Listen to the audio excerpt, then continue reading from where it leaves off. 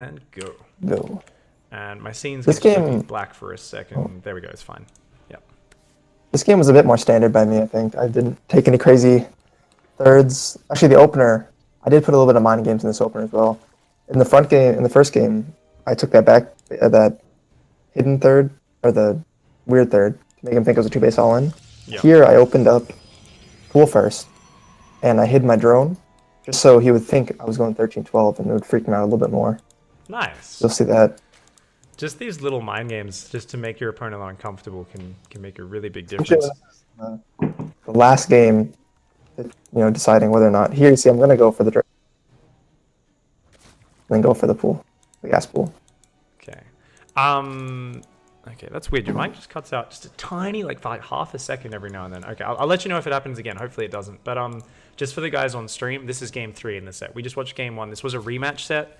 Harstem 2-0'd you in the first set. We talked about it at the start. What happened in the last game, which unfortunately the replay is lost. Oh, in yeah. the replay pack. If you could just give us a summary. It was an Abyssal Reef game in game 2 where Harstem... So game 2, I was blind countering a Archon drop. So I went quick layer, quick Roach Warren. But it turned out to be, because in the first set on the Abyssal, he went double Archon drop. But he ended up just wrecking me with an Oracle Adept push. A lot quicker than the one he did last game. It was a glaive before third push. So he just came up and I canceled my Roach Warren once I realized it was Oracle to try and go Hydra-Bane, but it just hit me too crisp and I lost. So just a simple... being a little bit greedy, trying to kind of mind game his pressure. Awesome. Okay, so really cool what you already pointed out. I'm going to jump back to a minute 20 very quickly, because exactly what you were talking about before just actualized on screen. So for you guys, remember the probe came in. We don't need to be perfectly synced up. That's fine. We'll sync up in a second. The probe comes in and Harstem actually doesn't put his Nexus down. He goes Cybercore. So he's like really like, oh God, I think I'm being 12 pulled or something. And the funny thing is there, right? If he's calm and thinking straight, he should recognize that that pool is not actually that early. But he kind of panicked just a little bit when he saw no expansion and no drone going down, right? Yep. Because if you count it, you're right. On ladder, I'm sure like 10 times out of 10, he would read this right as a safe opener. But in that tournament game, just added stress. Exactly. This is something not enough players take into account. A lot of us get stuck on trying to play a perfect game, and that's such a myth in StarCraft, man. It never happens. I mean, his logic, he's like, well, do I want to go out getting cheesed by some random NA player, or do I take a small disadvantage and just know that I'm safe? You're channeling the spirit of NA, man, using it to your power, getting the mind games. Oh, and he opens 2 Zealot, too. This is so unfortunate. Oh, yeah. That's a big misread from him. Big kind of panic moment. But, nonetheless, very clean opening from you.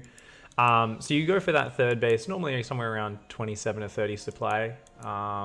Yep, when you open pool first. I notice you don't have a single drone mining gas this game. Is that just kind of a by feel thing?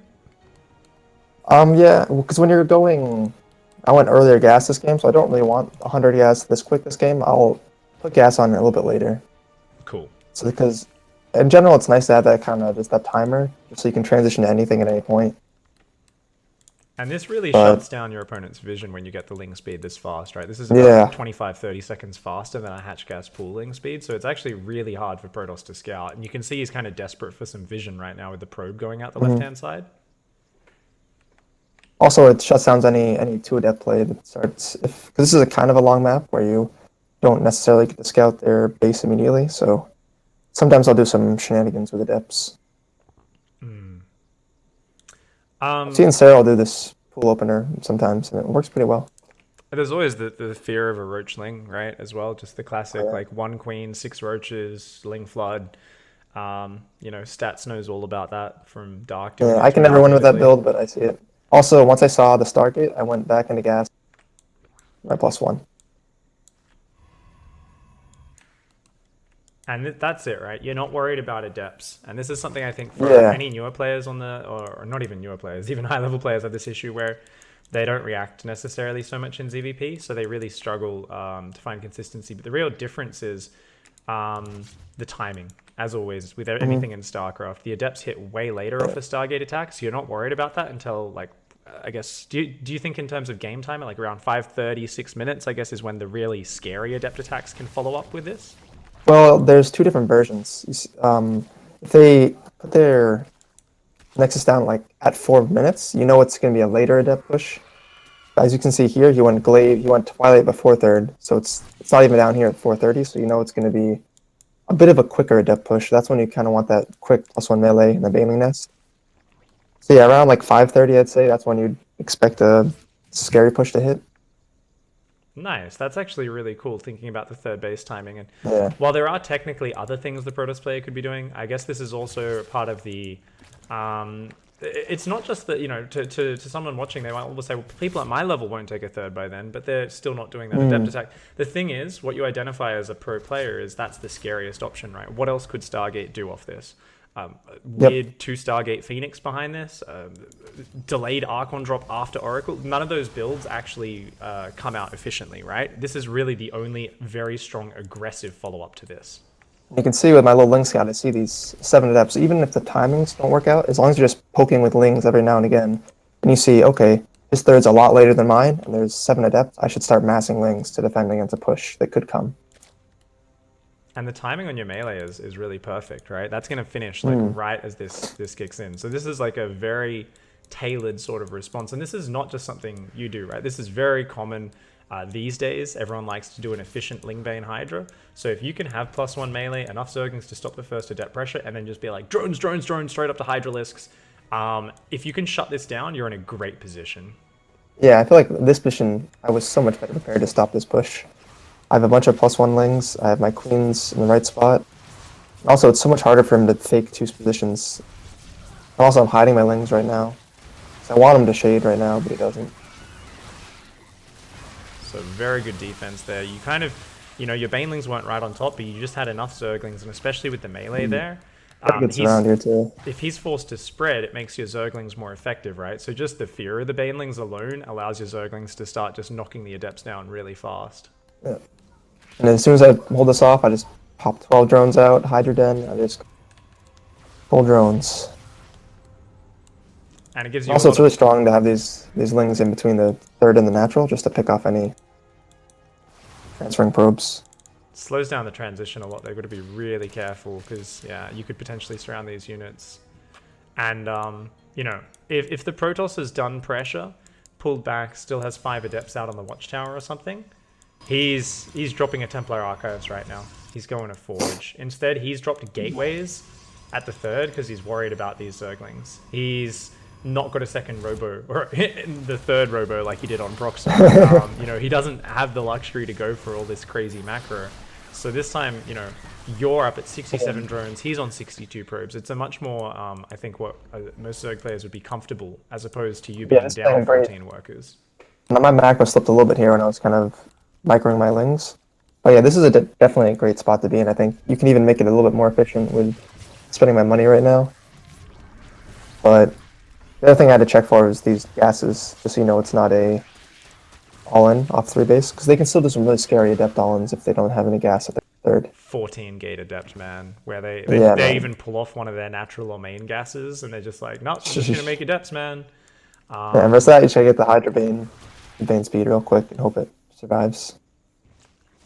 Do you have a preference over Hydras or Banes if you do come up against one of those adept all-ins? Like, because I guess my instinct is to make sure you've got Banelings up first, and only when you've got like a core of Banelings up to add in the Hydras. Because once you get a critical mass of Hydras, it's kind of strong. But up to that point, I guess they're really weak if they're only rallying out. I'd want to get like a wave of Hydras making, and then I would make Banes with the Lings I have, just to kind of hopefully have it all finish at the same time and hold it off perfectly. Also, a few Queens is always great to just buffer against the Adepts. Big meat shields. Oh yeah. So you got a little thing called an economy this game. 80 drones. I do. This is your comfort supplies. zone, right? Yeah, now the supplies are going to differ a lot, because now I'm finally kind of charged up, spending all my money. Even though I wasn't ahead in supply really this whole game, this is where you kind of see Zerg power up. If you were to try and find, if you were being super critical, it's a tournament game, so you never play perfectly, but I guess the creep spread could be a little bit further out. Yeah, I definitely agree. I'm building an extra queen right now, I think, to remedy that. Because you have 4 queens, but then I needed it at my other. But definitely a creep. So, especially when you look at someone like Cyril, they have really amazing creep, even with pulling off the less aggression. And that buys you a lot of time when they are pushing later on as well. You can just kind of really relax that. And I love these little Baneling run-bys into the third. It's always pressure at the front, but you're not really A-moving the front. Like, yeah, if you see units in the open, he doesn't have enough defense, you'll commit there. But in your Zerg brain, you never want to commit it in that choke point at the natural, right? That's just a distraction. I didn't engage perfectly here, but I knew that when you have Zealots, Sentries, and High Templar, and you're facing like 6 Banelings, it's always a little weird because you want to prevent it from doing any damage, but you don't want to waste all your storm.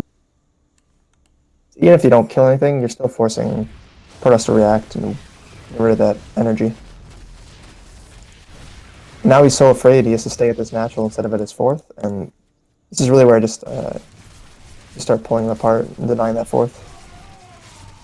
And this map is a nightmare if you're on the back foot. Oh yeah. For both sides. It doesn't matter what matchup. If you get pushed off your 4th and you can't really go into the open and take a straight battle versus your opponent, it's like, how do you ever get that 4th? Because if your army's defending the 4th, your natural wall-in becomes a real weak point. And this is something which we will see you abuse later on in this game. For now, I want to talk about Warp Prisms a little bit. We had a question in chat before. It was saying, hey, JonSnow, why don't you build Spine Crawlers? And he asked that during the Proxima game.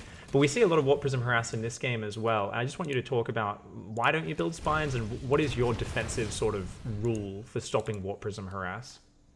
So in general, you want, I think Spores are a bit better. Because the issue with Spines is, it's kind of like if you put 4 Spines down, it'll be okay. But even late game, they can warp in 20 Zealots to charge and it can kill your Spines pretty easily. So I think generally like a Spore and maybe 4 what do you call them, Hydras to pick it off before it can warp in. I think that's the best way to hold off Warp Prisms. And then Mutas if it becomes a continued threat. I guess there are some situations where if you're playing, like, if you're happy to play Turtle versus Skytoss and go up to 90 drone economies, you have enough minerals to start building Spines and Spores everywhere. But there's the old rule of if you invest 2,000 minerals in Spines and the Protoss is just sitting there and starts building carriers, what are those Spines doing for you anyway? It kind of delays you being aggressive, right? So the idea is to use your mechanics, your map control, your positioning to react. And it doesn't always work out perfectly. So to the untrained eye, people are like, well, you should have just built Spines. You wouldn't be losing these drones. But realistically, how many drones are you losing in these games? Your defense is pretty on point against those Warp Prisms. He's committing a lot of money to them. And you've only lost... by the way, I'm at 1130 now. So if we sync up, well, I lose a lot of drones. I went back. At like 11, at like 12. Yeah. So if you go back to like 1145 and just play from there, I'm there right now. Okay. I just went back to look at the harass again. You do lose a lot of drones, so it does start to pay off for him a little bit.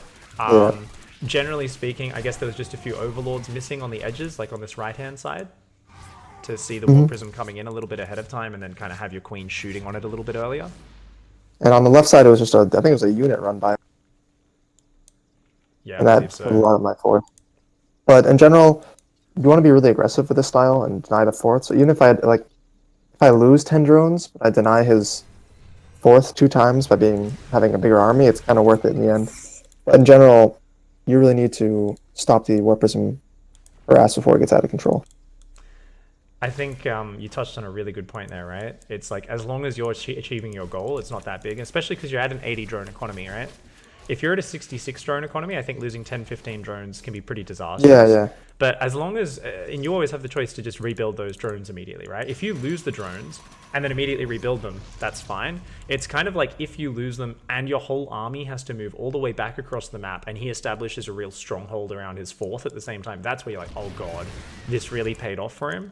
So sometimes it's funny how it's like, it's actually worth misdefending that attack as long as you maintain your position on the map and your ability to keep him uncomfortable, keep him off the 4th base. And you see this game is actually one of those games where I did go Broodlords before a ton of chaos just because I knew he didn't have that 4th. Well, he can't have a huge Tempest count. And in general, I just wanted to, as long as the game's, this is still like a pretty scrappy game, even though we had high drone counts and we had a pretty standard opener, but just keeping the economies low can make the Broodlord's a lot more powerful. It's interesting, right? Because yeah, I felt like you were in a better position this game, and I guess if we were to be critical, do you think maybe it was a little bit of a mistake to go the Broodlords this fast? Do you think maybe you should have committed just a little bit more to the Hydra-Bane and kind of been a little bit more patient on tech? And this is such a question where I don't think there's an absolute yes or no answer. Yeah. But do you think maybe just like, I guess obviously the Warp Prism defense is one of the biggest things, but do you think that's something you would maybe consider? Definitely, I think just having control over the game, not necessarily just more Hydra Bane, but getting better creep spread, maybe a little bit more static defense. 4 Hydras in my main, a few Banes and Lings at my 4th. Just taking the game a little slower before getting the Broodlords could have been beneficial, because then maybe I would be like max now instead of less supply. But in the end of the day, you're always at a timer, so I really want to get these Broodlords out quickly, Yeah. and I didn't feel confident fighting his army, even with the Hydra Bane on this map. It's so choky. Definitely just defending better, maybe like a few, 30 seconds later on the Broods could have been in a better spot. But in the end, the Broodlords come out and they're exactly what you said. They're a kill move. He's on 3 bases for so long. He's trying to go 1 Stargate Tempers. You just kind of corner his army here. And I do think this is just you using advantages that you built up over the course of the game, right? Through a series of moves. But I want to go back quickly. And I just want to go to, I think it's about just 14 minutes. And this is, your second wave of the counterattack on his natural wall. And I love this. You're kind of... Okay, the Hydra's kind of got trapped on the right, but you're kind of constantly throwing these little squads of Banelings into his army on the right. Little Baneling rolls in, and he's so focused on like trying to keep his spread there, and he's so low on units. He's got to be so perfect with that micro. And this wall off on the natural, this is what we talked about early, just using the map, right? There's always a weak point where when Protoss goes to a 4th, their army is stretched out so much more than before, and that seems to be when you can find an opening and force the mistakes with a combination of run-bys and frontal poking. And killing that Stargate with the Tempest was so huge. And just putting that extra pressure, it just adds, especially with the Adrenal, the Lings. Now that once that wall's down, it's kind of weaker for the rest of the game. You can keep prodding at that. Eventually, you can even flood the natural. +2 melee Adrenal Lings, man. They're so pretty good. GG. Very nicely played. Awesome. So I'm just going to keep replaying this replay so we've got some eye candy while we take a few questions from chat. Yeah, let's do that. Okay, so we've got a few really accurate, good questions about gameplay. I see Horn Pub, aka Pornhub, hopping up. Okay, no, we're not going to answer that question. Brandy says, would it be a good idea to take a second base at your 3rd base location to mind game your opponent even harder? I've done that. In general, what happens is just they check the 3rd anyway, and like it's a little bit of a mind game, but unless they pylon block, I don't think it's that good.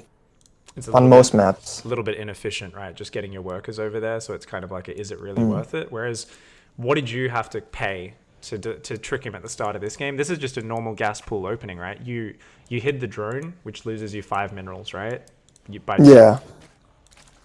sending it earlier, Very small cost. I think it could work really well if you're not playing a pro gamer who's very organized in their scouting, right? And this is one of these things where the right thing at pro level might not necessarily, be the right thing for other people on ladder, because you're playing guys who have really calm, organized responses. If he didn't see that hatchery, he should go straight down to that 3rd check there. As it was, we saw in this game, he kind of got mind gamed a little bit anyway. It didn't matter that he kind of scouted the natural. He still was freaking out about the potential for a big Ling flood. Okay, here's a good non-StarCraft question we can answer. What is the sexiest brand of men's luxury boxer brief? Sexiest.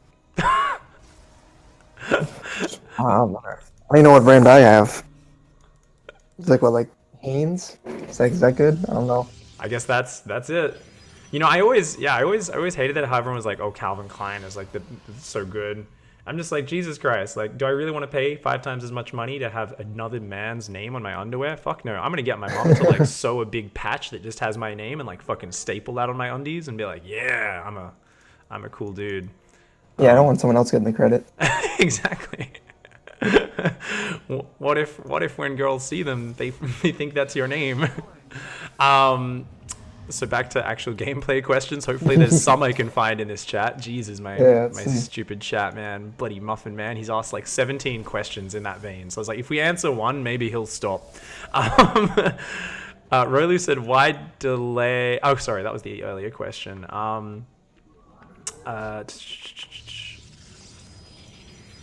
Let's see. Do you have a Smurf named Ghost? Or I do not have this. Oh, like the... Why isn't your clan tag Ghost? I don't know why he's asking that. Is that like an in-joke or something? JonSnow's dog, his direwolf, is named Ghost, Game of Thrones. Oh, okay, I get it. Of course. Yeah. Of course everyone's making Jon Snow jokes. Okay.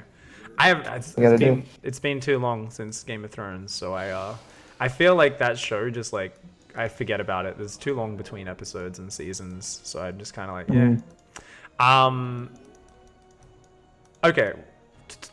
Yeah, it looks like there's not too many great questions. Is Skytoss the ideal late game composition versus all races, or is it just particularly good against Zerg? I mean, you can only speak to this really as a Zerg player, but what are your thoughts on that? I think Skytoss has changed a bit with the carrier nerf and the adept buff, or not the adept, corruptor buff. It still is, I think, the ideal. It's just so powerful, especially coupled with Storm. It's just kind of this super powerful units that are very efficient, along with Storm, which is just good versus everything. And they're buffing the Tempest apparently soon too, so it might even get better. Yeah, I didn't do the maths, but from the sounds of it, they were toning back the plus massive just a little bit. So I think it's going to be like one less shot to kill Broodlords. I think it's 5 shots with +1 or 6 shots normally. So I think it'll be 5 Tempest shots without +1. So it won't. I don't really see it changing the math that much. Yeah, especially because like Mass Corruptor is still really good versus Tempest, so it doesn't really change. I don't think people are going to go Mass Tempest. It just makes defending Broodlords a little bit easier, I guess. Complacent C says this might be a really silly question, as it is a Zerg focus stream, but right now as a Protoss, how would you try and get the 4th and try to get the Econ to not die? I think he's trying to type to that beautiful late game push. Okay, so basically like as the Protoss, in an ideal situation, like what goes differently for Protoss? How do you kind of defend that 4th and position to not get wrecked by that push, or how do you prepare for it? So in general, I think you kind of want to have better map control, better scouting, and kind of push the Zerg.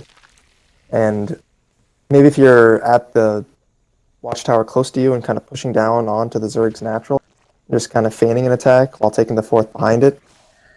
And then if they try to counterattack into your natural, maybe you can have the economy just to warp in a small army and push that.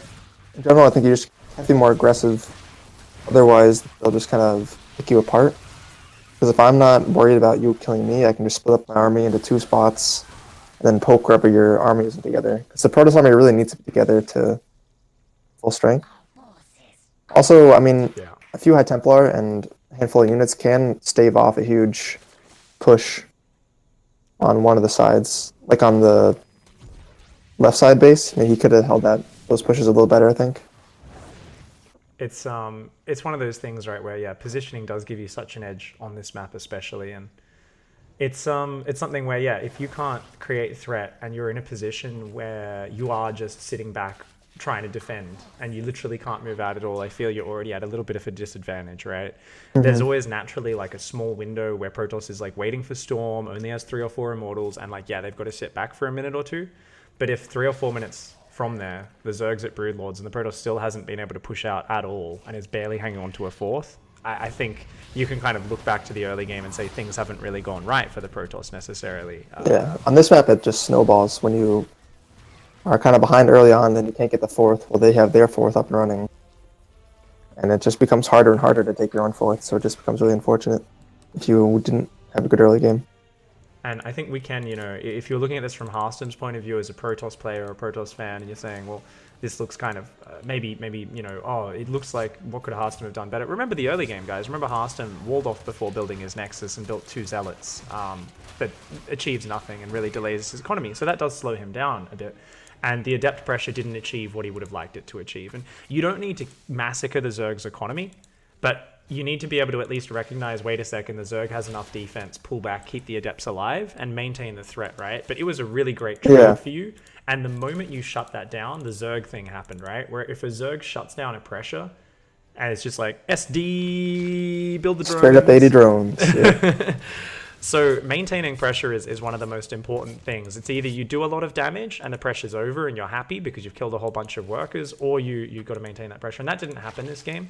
Harstem did a good job with drops, but imagine in a more ideal situation, Harstem's doing those drops, pulling you back, wasting your time, and he's got his fourth base up behind it, and then his army's just kind of pushing past the halfway mark, really scaring the shit out of you. Not necessarily diving onto creep, but it's forcing you to leave a lot of army at home. And then on the other side of the map, he's counterattacking with charge lots. Like, that's sort of the really nightmare situation as Zerg. Be like, shit, I can't really force my way into this frontal army. I'm just skirmishing against Archon Storm, but he's not giving me the opening, and I'm trying to defend counterattacks, so I don't really have enough APM or units to, like, be the guy throwing the Banelings into the mineral lines, coming in from all sides, finding the opening.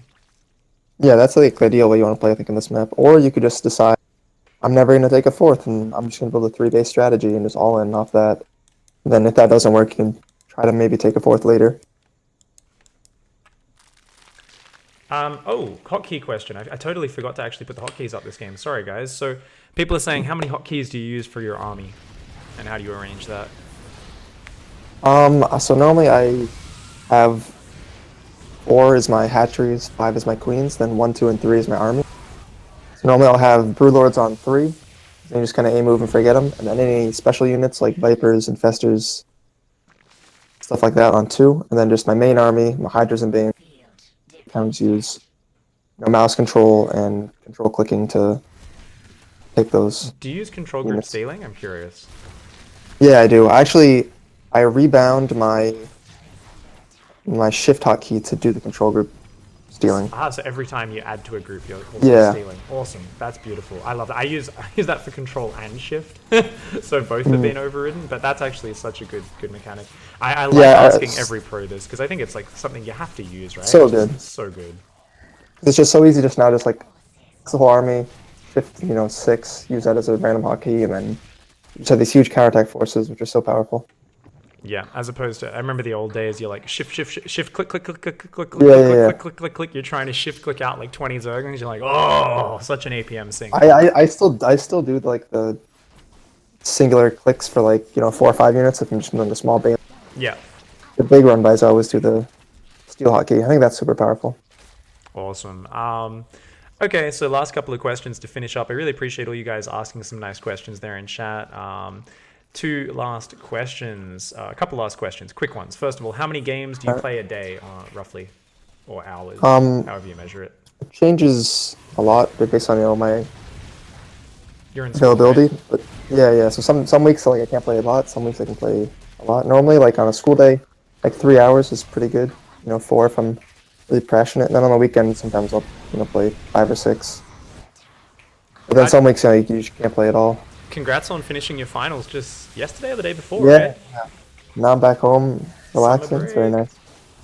Nice. Do you ever have cold hands before you play on stage? Are you allowed a few minutes of practice to warm up, or do they just make you jump straight into match? Asks Monsuno. Yeah, sometimes I'll have cold hands. It's pretty random. I think now it's kind of weird. The more I practice, sometimes if I expect a lot from myself, I'll be more nervous and have colder hands than if I'm more relaxed and chill. So it's always stressful when you put a lot of time in preparing for a match, and then you get these cold hands and these nerves. And I think it just comes with more experience. You get better at it, and also just having a good tournament mindset. And get rid of the cold hands. And bring one of those Korean heat sacks, maybe. I had I had a couple, not the heat sacks, just like these hand warmer things I could have brought, but I forgot to. But actually, I didn't have any nerves this game until, I don't know. Until 2 I think there's Optimus. Lens, right? yeah. There's Optimus. I was a little nervous because crap, I don't want to go 0-4 in my group. Yeah. I was getting cold hands there, but this one I think I was in a really good mindset. And they allow you to play, I think, an hour before the match. You can nice. play some custom your ladder. Sometimes you'll get on earlier if like the group stages are early or there's extra PCs. It's always luck of the draw there, but normally they'll guarantee like an hour worth of playtime. Nice. Okay, last question, mouse settings and DPI, and then we will finish it up very quickly. All right, mouse settings. I do 6 out of 11 in the Windows thing, 51% in StarCraft, and then I forget the actual number. I think it's like 800-ish DPI in my driver. Awesome. Good mouse settings. Very nice mouse settings. I use 800. I use exactly the same, except I disable it in StarCraft. I remember some people saying that like that's bad, but I think it's only bad if you don't disable it and you leave it on 50%. I'm not sure because I'm pretty sure it just has. Yeah, I'm not sure if I either. disable it because it feels fine. Either that or I'm a moron. I've been using bad mouse settings for years. But anyway, awesome. Thank you so much for coming on, man. Let's finish up now. So big thank you for coming on. You're still with Storm Gaming, right? Yep. Awesome. So obviously, big thanks for coming on. Any shout outs to any of your mates or anything before I let you go? Just thank you for having me on. This is a fun show. It's always nice to look at games you play. Shout out to Storm Gaming. You can follow me on Twitter at JonSnow2. And yeah, just shout out to everybody. It was at Austin. It was a really fun event. And it was fun to see everybody. American events. Are you going to be at the next one in? Yeah, I'll definitely be at Montreal. That's pretty close to where I live. Awesome. So you're up on the East Coast, right? But the Yeah. Northeast? Northeast. All right. I've linked your Twitter there in chat. If you guys are watching on YouTube, scroll down to the comments. There's a link to his Twitter right there. Click on it. Follow. Read the thoughts and the mind of JonSnow and see that he does, in fact, not know nothing. Big thanks for coming on, man. Really appreciate it. Thank you very much. I'll catch you next time, brother. Thank you. Have a good night, man. I'll see you later. All right, you too. All right. Thank you very much, JonSnow, for coming on. I hope you guys do give him a follow. Big thank you for him sharing his thoughts. JonSnow is insanely good at StarCraft.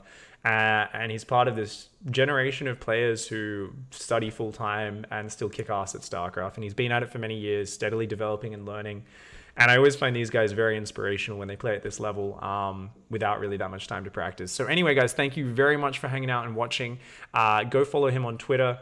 Appreciate it. More videos to come over the next couple of days. Thank you very much. If you're watching on YouTube, don't forget to hug a watermelon, kick a walrus, and of course, punch a garden gnome in the gonads. I'll see you guys next time. Goodbye and good night.